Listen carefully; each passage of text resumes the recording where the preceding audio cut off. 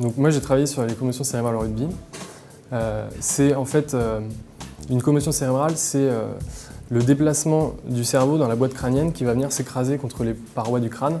Et donc ça donne lieu à des altérations des fonctions neurologiques, donc des troubles de la vision, de la mémoire, de l'équilibre. Et une fois sur 10, ça donne lieu à une perte de connaissance. Dans ce cas-là, c'est très facile à détecter, mais le gros problème, en fait, c'est de détecter les joueurs qui perdent pas connaissance et qui font appel à leur mémoire procédurale qui n'est pas endommagée par le choc.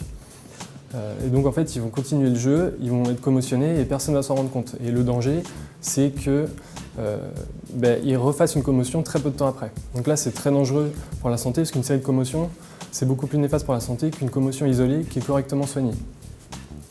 Donc, moi, la solution que j'ai imaginée, c'est de mettre des capteurs sur le crâne des joueurs, donc qui vont détecter les ondes de choc qui vont secouer le cerveau dans la boîte crânienne.